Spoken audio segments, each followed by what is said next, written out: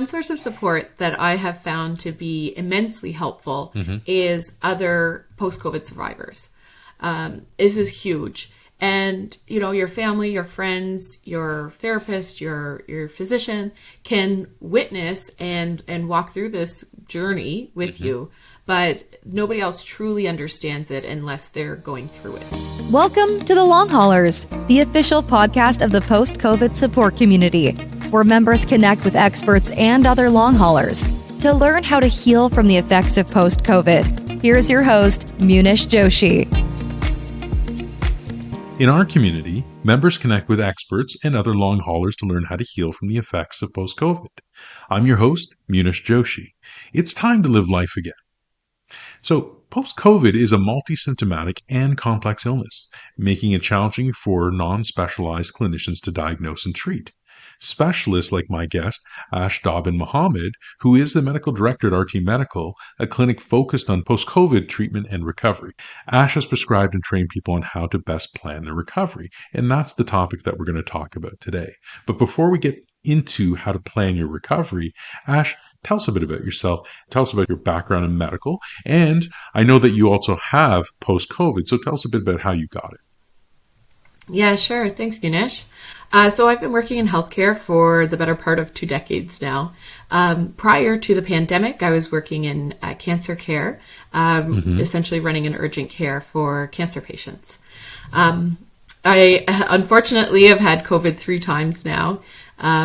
The first time was at the very beginning of the pandemic. I actually ended up getting long COVID as a result of that infection, but I didn't know about it at that time, and I was functioning enough. I was able to still, essentially go to work and live the majority of my life. So, I didn't really look too much into it, to be honest, at that time. I got COVID again in January 2022, so January of this year, when we had that big Omicron surge. And again, unfortunately, over the summer. For someone who's very careful, I'm pretty prone, and working on the front lines doesn't help. And just out of curiosity, I've always read that when you get COVID a second time, there is the chance that your symptoms may become more severe or prolonged. Is that what happened to you?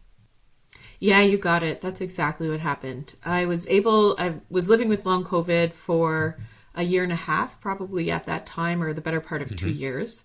But then when I got the COVID infection again in January 2022, I became very sick. It was unavoidable to acknowledge that I had long COVID at that time. I became, very unwell.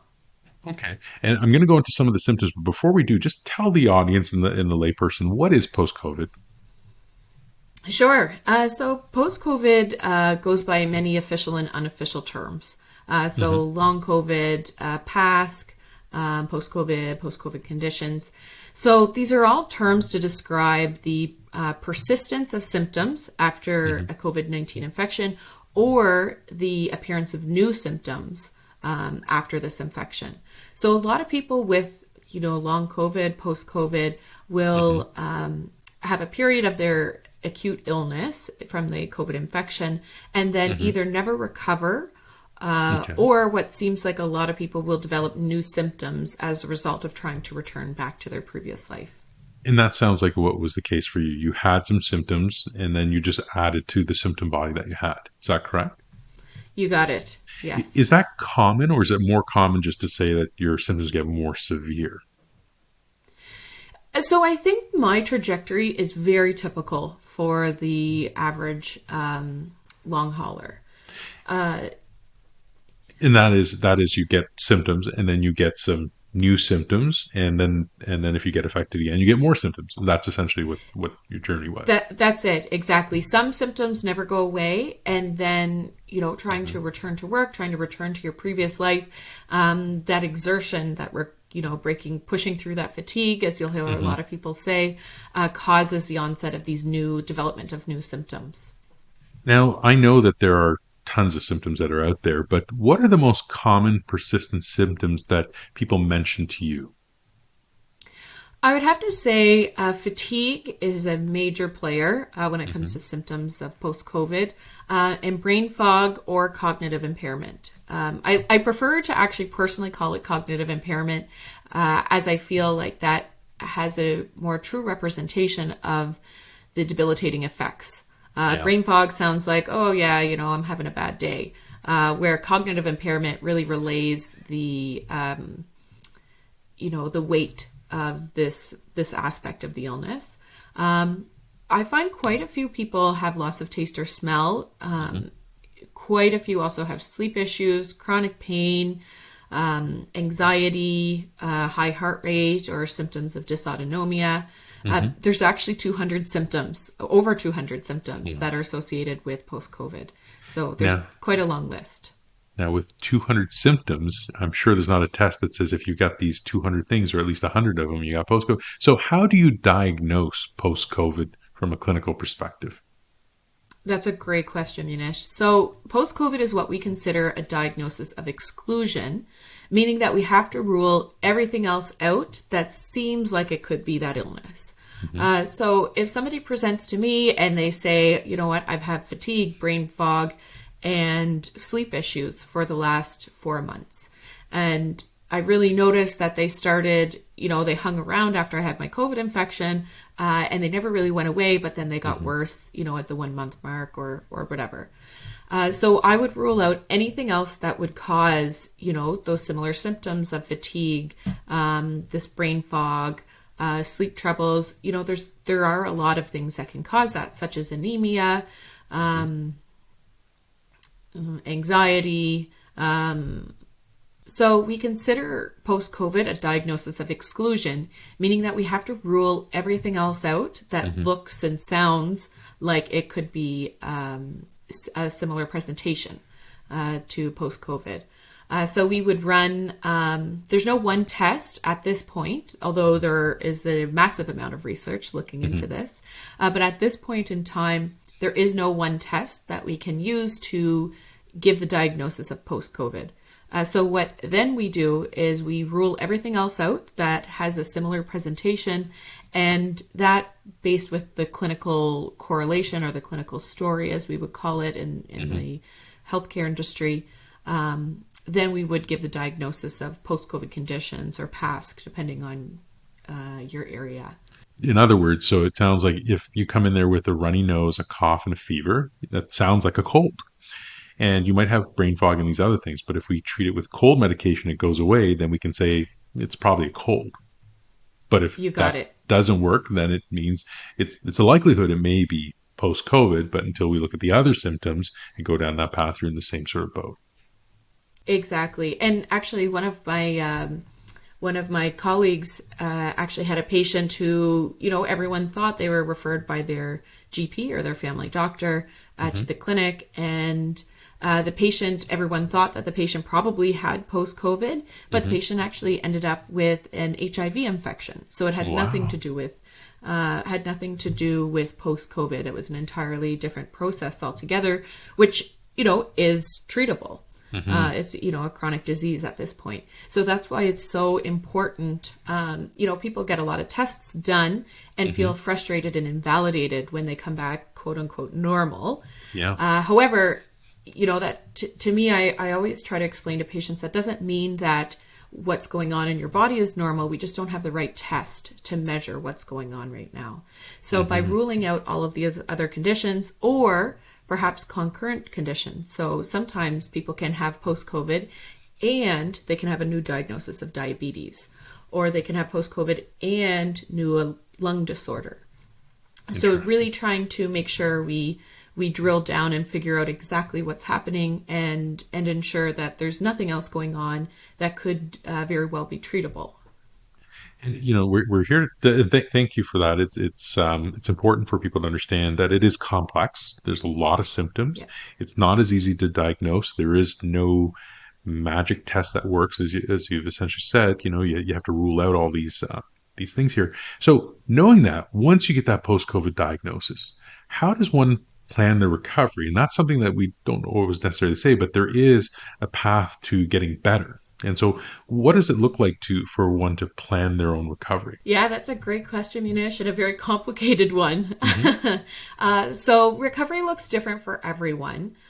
Being through it myself twice now with two different kind of iterations, I would say, of post-COVID. The first one being, fairly functional, and the second time being entirely debilitated from it. And also being on, kind of the medical and healthcare side of the system. I would say probably the top priority would be to, go get help from somebody who understands and is knowledgeable in post-COVID. Okay. That's unfortunately something I didn't do at the beginning of my second iteration with post-COVID, and unfortunately, I ended up I ended up hurting myself, causing what we now know at this time to be permanent damage. So hopefully there will be a cure and a treatment, and that will be reversible. But for now, I am stuck with these lingering symptoms that, really are not going to go away for the foreseeable future. What is a reliable source? So because most people would naturally say, let me go see my doctor. Is that the place to go?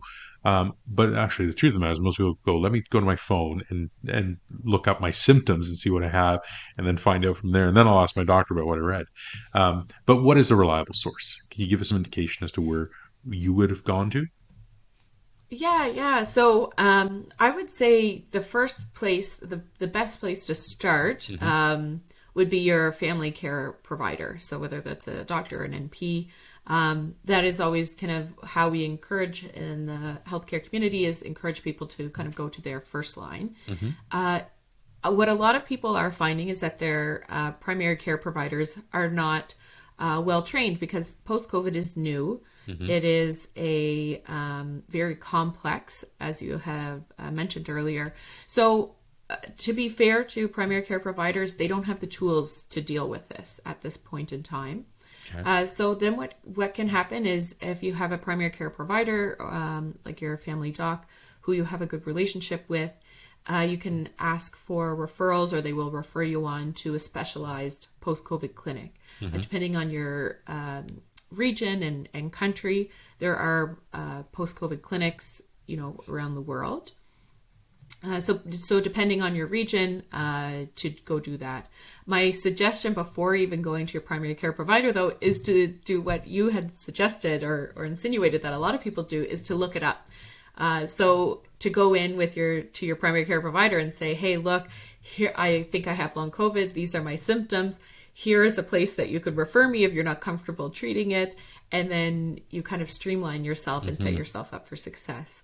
Also understanding that people with post-COVID, are dealing with severe fatigue and brain fog often. So that is a lot of work that you do have to do yourself. And unfortunately, at this point in the post-COVID trajectory of the disease, that's where we're at right now, where patients do have to do a lot of work on their own. Okay. So after you get information and you go talk to your family care provider, so that's step one. What is step two in planning your recovery from there? Is it just getting referrals out and sitting back and waiting, or is there something else? Yeah. So once you kind of have somebody who can manage and take care of you and guide you in the right directions from a provider or a doctor perspective, then you can, my next step would be to set yourself up with some supports. So don't walk this road alone. It is a long and arduous one, and it would be a lot more helpful if you have friends, families, partners on board helping you along the way.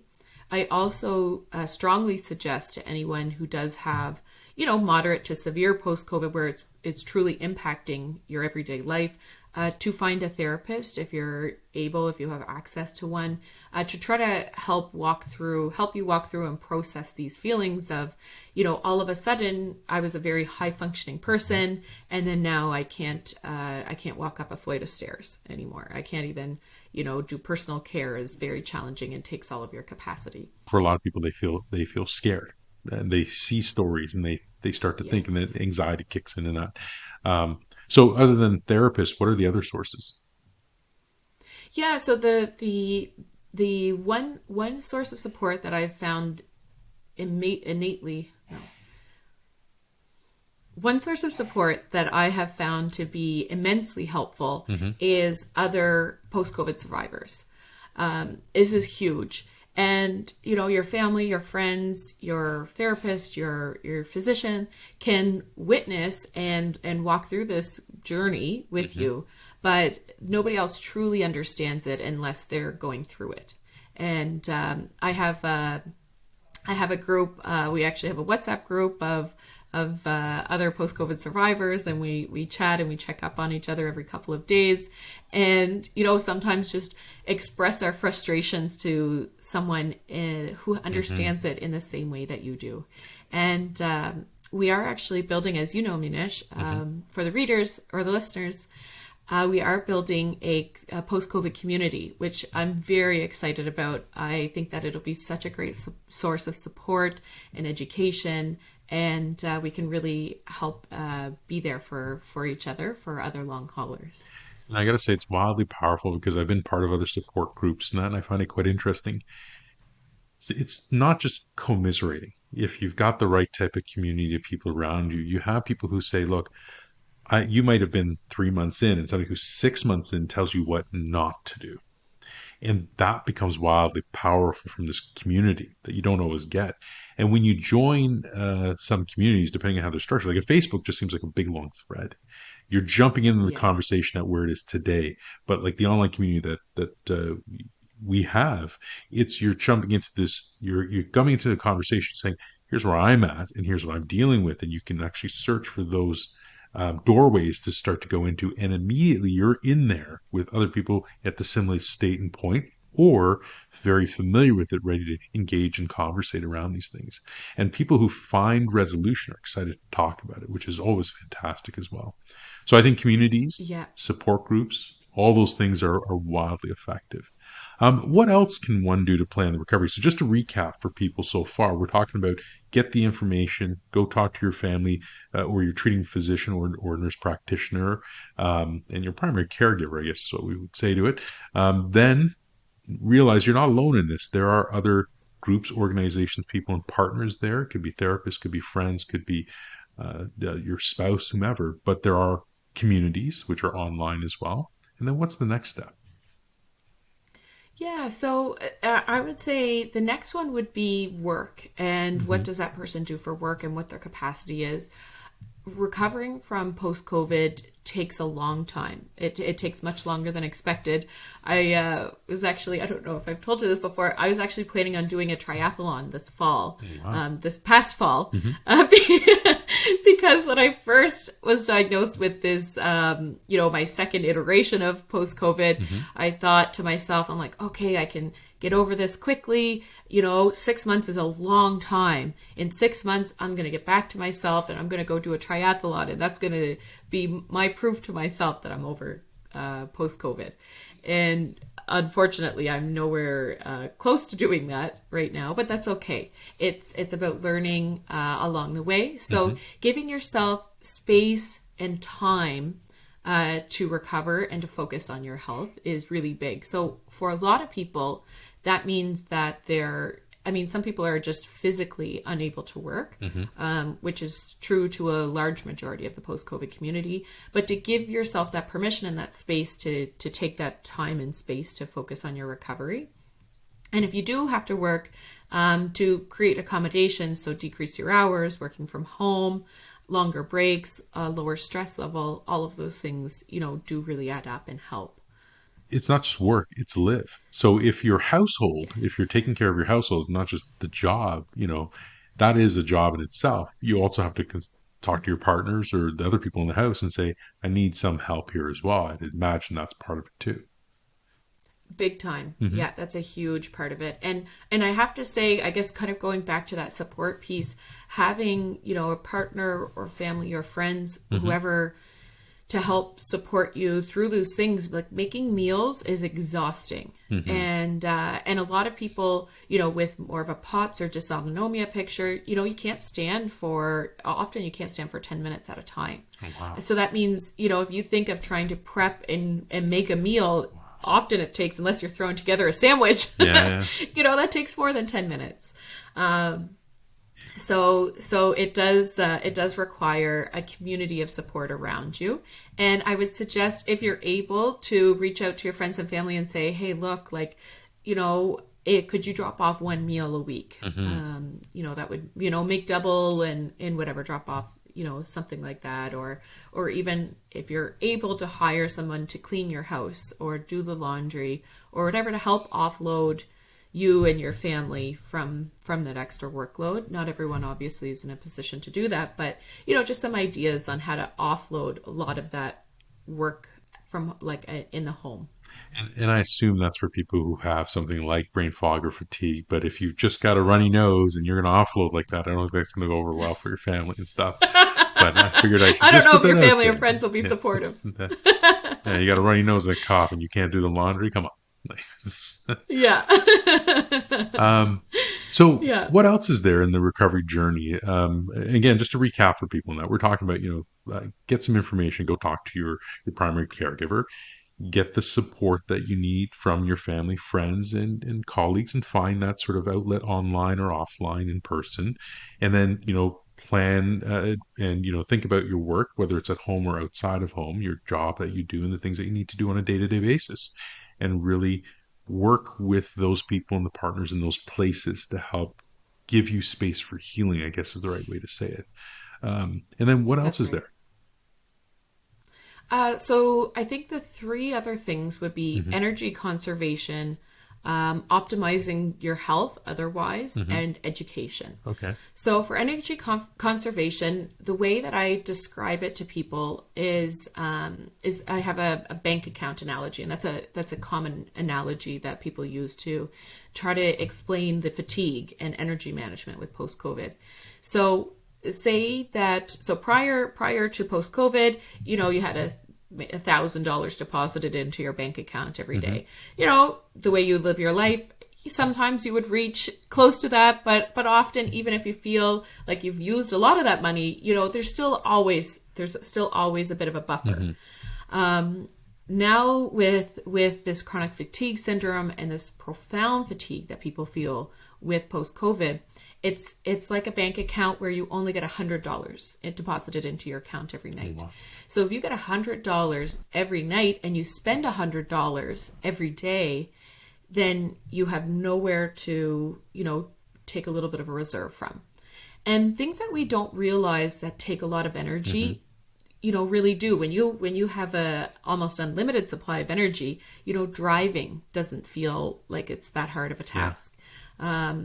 Planning your day, what are you going to eat? What meals are you going to eat? How are you going to organize your day, and how are you going to organize your life? That doesn't feel like a lot of work. Watching TV or scrolling on your phone, those things seem, really, or having a conversation, those things seem like they're easy and really low energy tasks.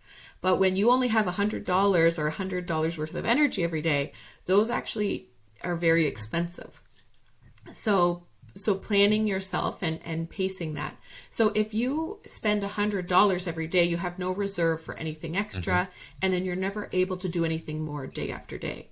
But if you do, say, 80% and spend $80 of what you kind of earn overnight, or what's deposited into your account every night, and you only spend $80, $20 day after day will add up.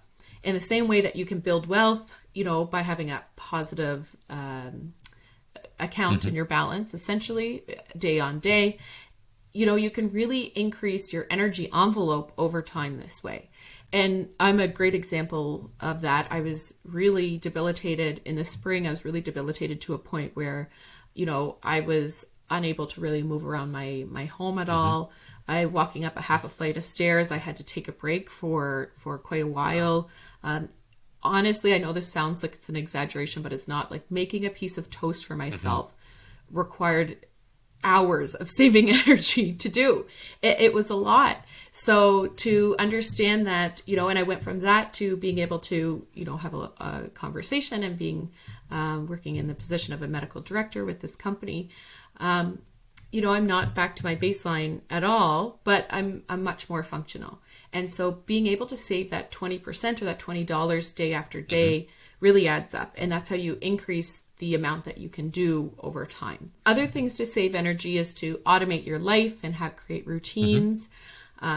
Anybody who knows about energy management with post-COVID knows about the 4 Ps: prioritize, pace, plan, and position. Okay. So, kind of making sure that you plan your day accordingly, pace yourself, stop before you get tired, let yourself build up some more energy before you do the next thing. Position yourself so that you're comfortable, and, don't stand for prolonged periods of time if you don't have to. Have a seat. Those are all different ways to conserve energy. Interesting.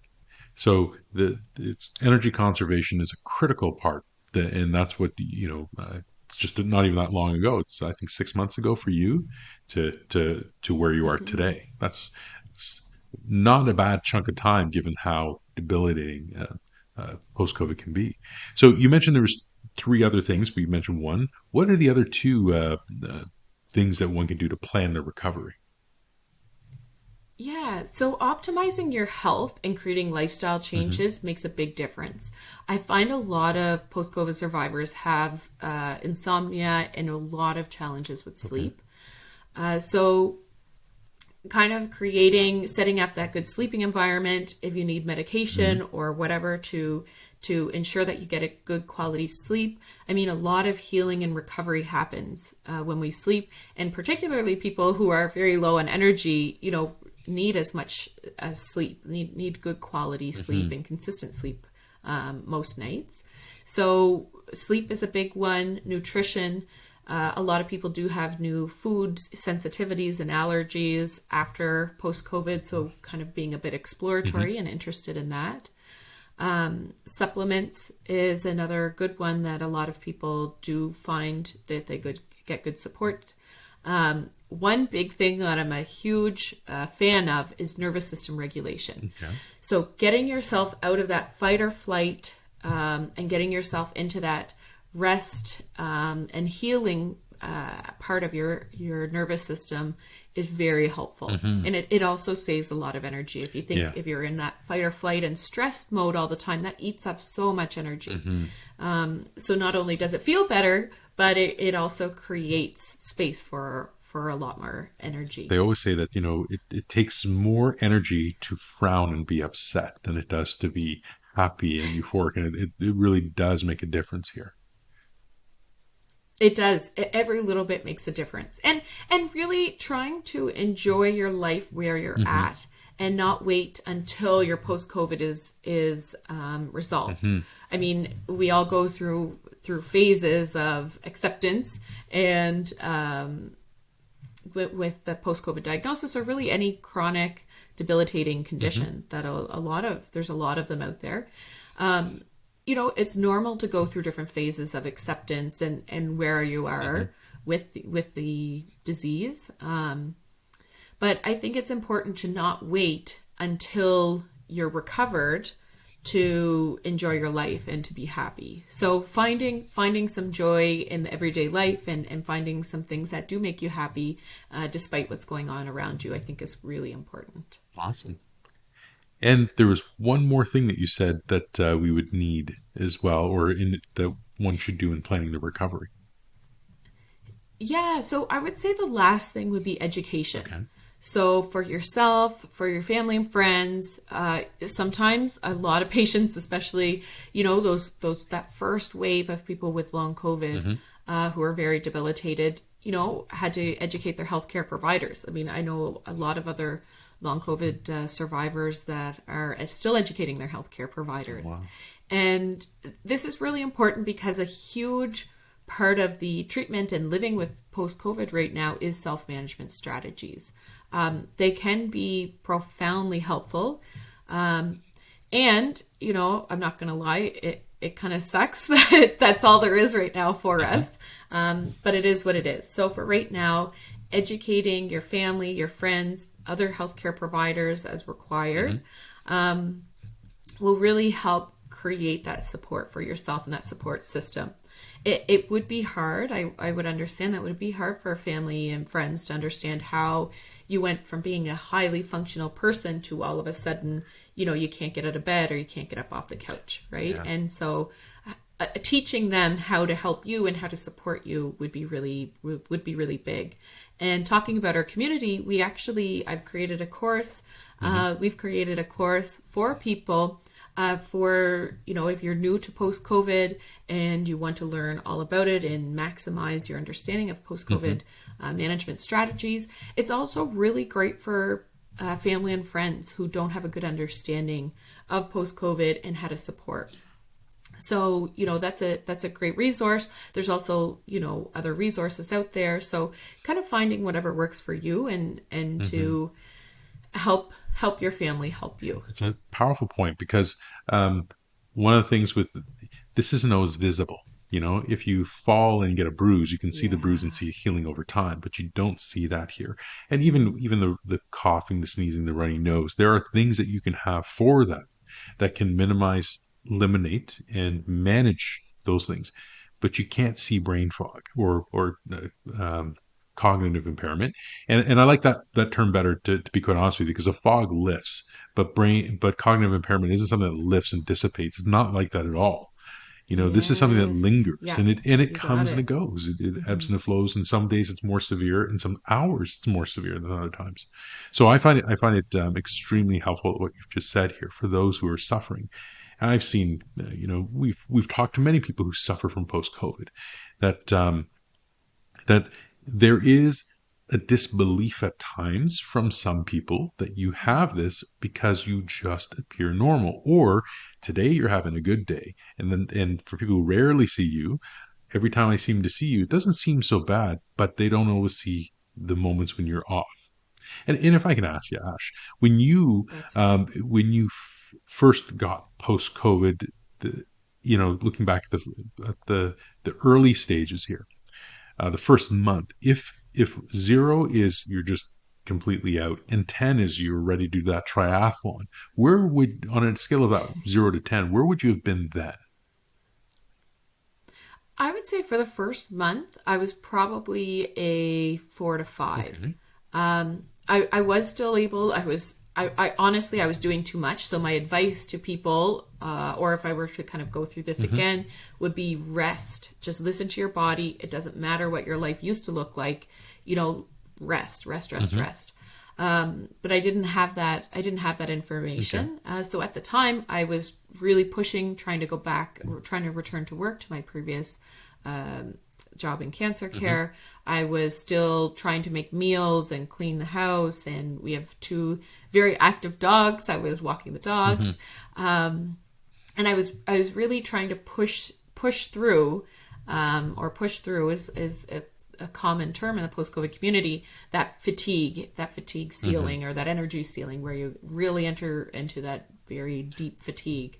And so I think that's where I was after kind of experiencing that, and by pushing through, I really, narrowed, thinking of that bank account analogy. I was withdrawing from the next day, the next week, the next month.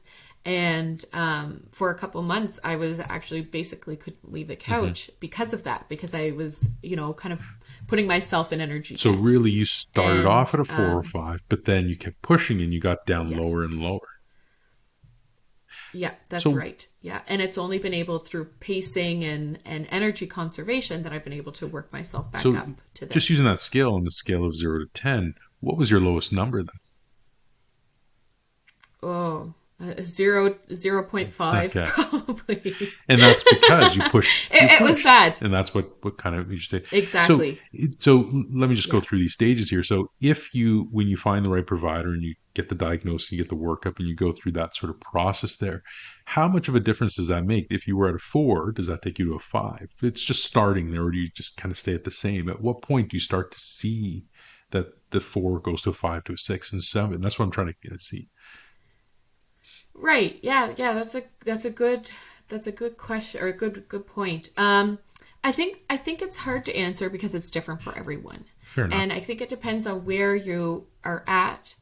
I think it depends on where you're at. Let me pose a question this way. Rephrase. What made the biggest difference for you going through those planning your recovery steps? Was it getting the support? Was it making adjustments in how you live or work?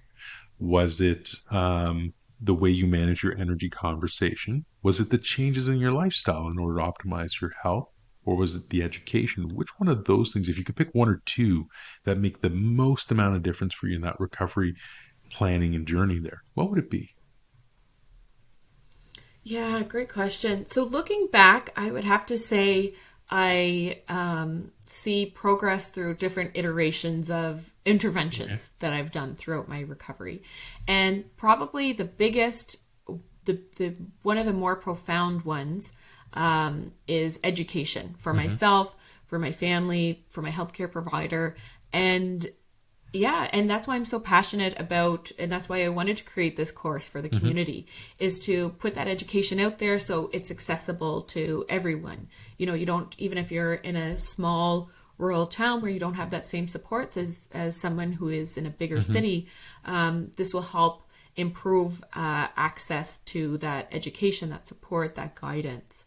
So I think that education and understanding what this is, how to self-manage, and what to do, what not to do, was probably one of the biggest factors in turning around from going, doing a skydive in my, kind of regression, and then to start to kind of climb back up the mountain, so to say, and really try to improve and to start that journey back upwards. I'm going to ask you a couple of more questions. We're just going to go back to some of these key points because they're incredibly important for people. But before I do, tell me a bit about RT Medical and anything else about the community as well, just to remind people that the community is there. There are other tools that are available to people.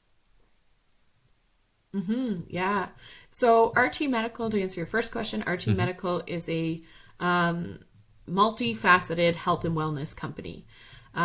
We specialize in telehealth services, high quality medical and wellness products, and we also do some regulatory consulting.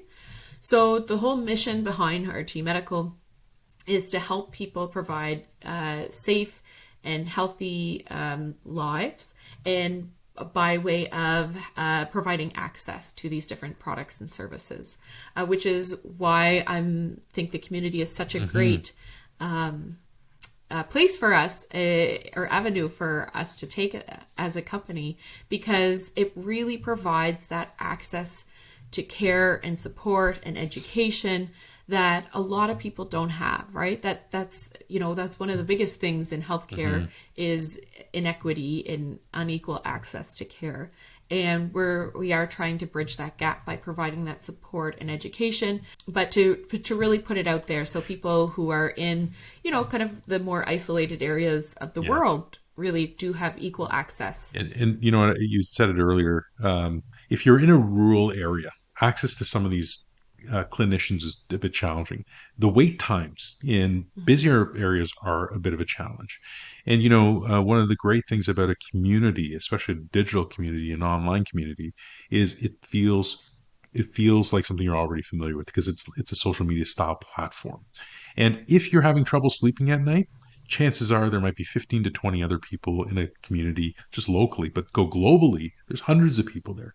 And you might get on at 11 o'clock at night saying, I can't sleep. It might be 1 a.m, can't sleep. And you go to that right section and there's 10 other people there saying, same here, but here's what I've done in the past that helped me there. And I've never tried that, but I'll try it. Or this used to work for me. It didn't work for me and I've never tried that. So there's some really fascinating benefits. That's a benefit of... Yeah.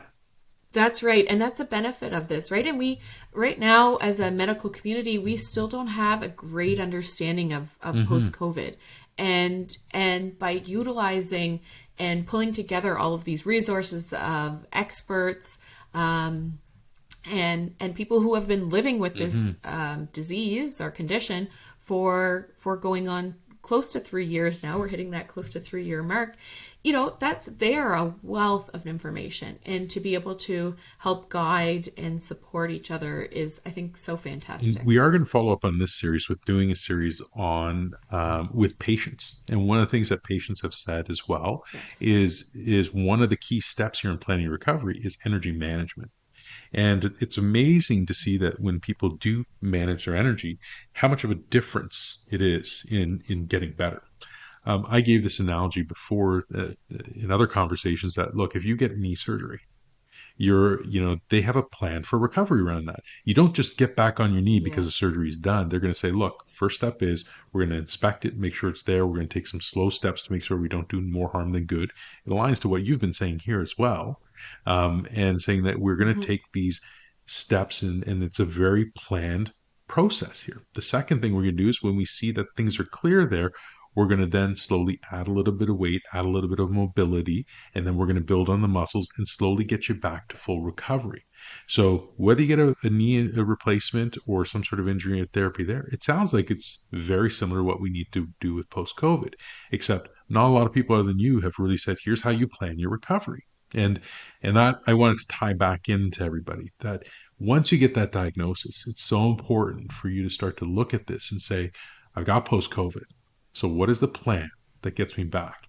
And the difference, and you've said it now, we're talking 6 months roughly since you were at kind of that lower point. Um, and look at you today as a medical director. So there is a path. It gets you there. That path is different, as you said, because everyone's symptoms are different. There's over 200 of them. And if brain fog is more severe for you, and it may be less severe for others, fatigue may be more severe for you and less severe for others. Everybody's plan to recovery has to be hyper customized to them, and as you said, even to their work, which is about their lifestyle and their home life. And that journey is very different.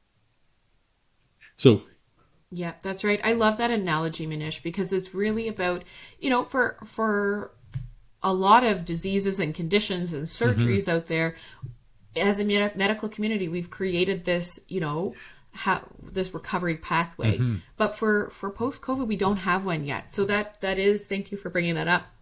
That is something that was very important to me, to bring to this community, so that we can really help support people get their quality of life yeah. back. So we're gonna wrap it up in a couple of minutes here, and just so everyone knows, when you get post COVID, it's not the end necessarily. It's the beginning of you figuring out what your post COVID recovery plan will look like. And you have to start by going to your family physician or your care provider. That's where you start. That's correct, Ash? And then Yeah, you and got then the it. next step there, which is to really figure out the support that you need. And that's talking to other people, joining an online community, and connecting with a therapist if you're feeling down, or connecting with some of the people who bring you up. And it doesn't have to be a therapist. You might have that best friend, a buddy, your person, as they used to say in Grey's Anatomy, to go to. And then you also have to look at the things in your life, which is your work and the way you live, your partner, your household, and you have to find ways to create a space for healing by managing your energy, which kind of comes into the fourth pillar in this here. And find out, you have to conserve your energy. You have to just like that knee recovery, you got to take steps in the right direction and manage your energy appropriately. And then the lifestyle changes. Once you figure out some of those things and you've had some time to kind of heal, it's now ready to put a little bit of weight on that knee, a little bit of steps towards healing on these various um, symptoms that you have that are prolonged. So those require some changes to lifestyle, the way you execute certain tasks at work. There's a lot of things that get touched here, given the fact that they're typically the common ones you said were fatigue, brain fog, sleep issues. It could be pain. It could be heart related, or I shouldn't say heart related. It could be racing heart and other types of things, anxiety. And the way you do that That's is education. And the starting point is talking to, again, your care provider. It is about doing some research on your own. It is about joining a community of people who are in the know, which is what we have as well. So hopefully this is helpful. Ash, do you have any closing words or remarks or comments that you'd like to share that I may have missed, or something you'd like to highlight? no, I think that's great, and I think the only thing was, I really liked your point about energy management, Mm-hmm. and how somebody can appear to be really well, every time you see them, but you don't know what it takes in between, or other people don't Mm-hmm. necessarily appreciate the amount of energy it takes, to have a conversation, or to quote unquote look normal. So I thought that was very, very insightful, and I did want to highlight that. Thank you for saying that. But thank you for this session today. This has been No great. problem. And in the future, we are going to talk about some other things. If you have any ideas, any thoughts, or any feedback, then let us know what you'd like us to focus on. And we'd be more than happy to make that part of our plan for our community and for our colleagues, and hopefully help you live life again. And that's our goal. Thanks for joining us for this episode of The Long Haulers, the official podcast of the post-COVID support community. We hope you enjoyed this episode and that it'll help you take a step toward leading a healthier, happier, and more productive life. Take charge of your recovery at postcovidcommunity.com, where you can learn more about membership benefits and join our newsletter to get the latest information and tips from our network of specialized healthcare professionals. And don't forget to follow us on YouTube and your favorite social platforms at Long Hauler Life. Please share this episode with other long haulers in need of assistance. Take care.